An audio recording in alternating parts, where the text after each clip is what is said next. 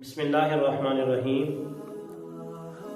آج میں جب آپ سے مخاطب ہوں، رجب المرجب کا بابرکت مہینہ شروع ہو چکا ہے۔ ہماری آج کی نشست کا عنوان ہے ماہ رجب اور چند غلط فہمیوں کا ازالہ۔ فضیلت کے باب میں صحیح سند کے ساتھ آپ صلی اللہ علیہ وسلم سے ماہ رجب المرجب کے متعلق جو بات ثابت ہے وہ صرف یہ ہے کہ رجب المرجب کا چاند دیکھ کر آپ صلی اللہ علیہ وسلم دعا مانگا کرتے تھے، اللہم بارک لنا فی رجب و شعبان وبلغنا رمضان۔ اے اللہ، ہمارے لیے رجب اور شعبان میں برکت عطا فرما اور ہمیں رمضان المبارک تک مہلت عطا فرما، یعنی ہمیں اتنی زندگی دے دے کہ ہم رمضان المبارک کی برکتیں اور رحمتیں سمیٹ سکیں۔ اس کے علاوہ ہمارے معاشرے میں جتنی بھی باتیں مشہور ہیں وہ سب کی سب بے بنیاد اور بے اصل ہیں۔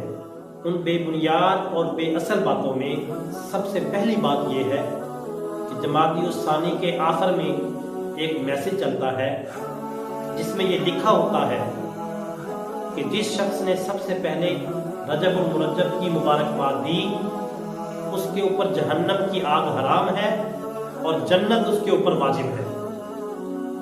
اور بعض میسیجز میں حدیث مبارکہ لکھی ہوتی ہے، یعنی اس کو حدیث کا عنوان دیا ہوتا ہے کہ آپ صلی اللہ علیہ وسلم نے ارشاد فرمایا۔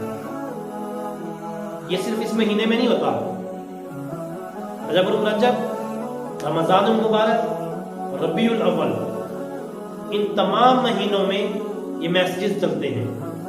تو خوب سمجھ لیجیے آپ صلی اللہ علیہ وسلم کی ایسی کوئی حدیث نہیں ہے، اور نہ ہی جنت اتنی سستی ہے کہ آپ نے ایک میسج کر دیا تو اب آپ کے اوپر جہنم کی آگ حرام ہو گئی اور جنت آپ کے اوپر واجب ہو گئی، آپ زندگی میں جو مرضی کرتے رہیں۔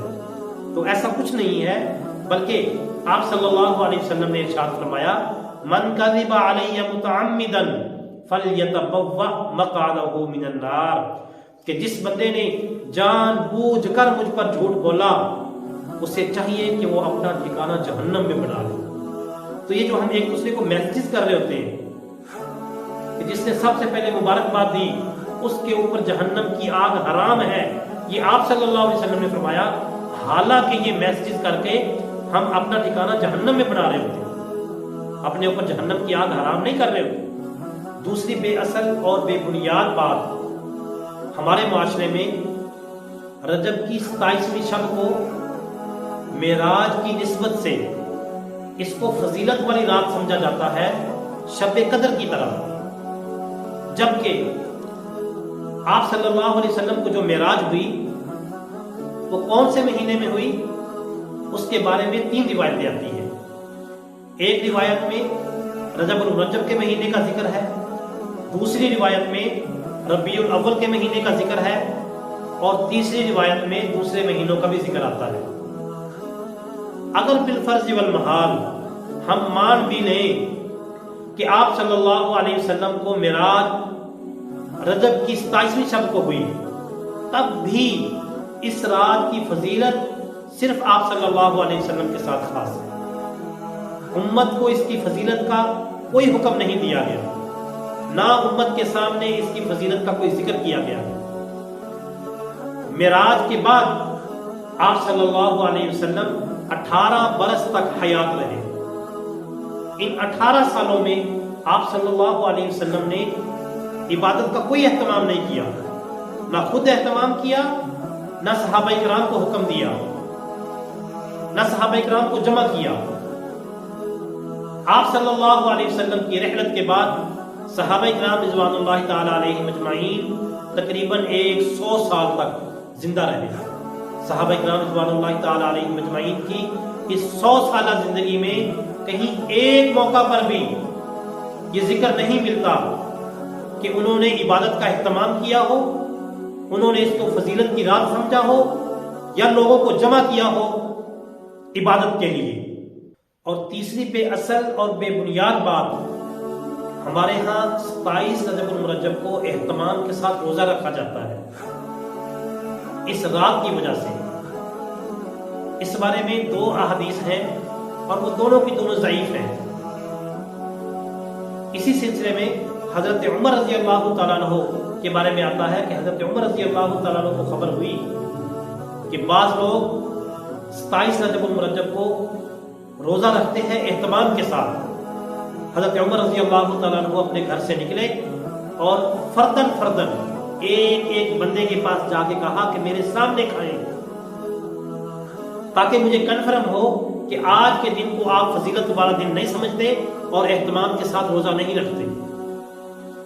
اگر اہتمام والا روزہ ہوتا، اگر فضیلت والا دن ہوتا تو حضرت عمر رضی اللہ تعالیٰ عنہ جا کر زبردستی لوگوں کو کھانا نہ کھلاتے۔ چوتھی بے اصل اور بے بنیاد بات، ہمارے ہاں رجب المرجب کی 22 تاریخ کو اونٹوں کا خاص اہتمام ہوتا ہے، کھیر پکا کر بانٹی جاتی ہے یا کوئی میٹھی چیز پکا کے بانٹی جاتی ہے، اور اس کو نام دیا جاتا ہے حضرت امام جعفر صادق رحمہ اللہ تعالی کی منت کا۔ تو یاد رکھیے حضرت امام جعفر صادق رحمہ اللہ تعالی 22 رجب المرجب کو نہ پیدا ہوئے ہیں نہ ان کی وفات کا دن ہے، بلکہ 22 رجب المرجب حضرت امیر معاویہ رضی اللہ تعالیٰ عنہ کی وفات کا دن ہے۔ دشمنان اسلام نے حضرت امیر معاویہ رضی اللہ تعالیٰ عنہ کی وفات پر خوشی منانے کے لیے اس کبیر رسم کا آغاز کیا، اور ہم جیسے بھولے بالے سادہ لوگ مسلمان لا علمی کی بنیاد پر اس کبیر رسم کو کرتے ہیں۔ بہت سخت گناہ ہے۔ اللہ رب العزت سے دعا ہے کہ اللہ رب العزت ہمیں ان تمام قسم کی رسومات سے بچ کر قرآن و سنت کے مطابق زندگی گزارنے کی توفیق عطا فرمائے۔ وآخر دعوانا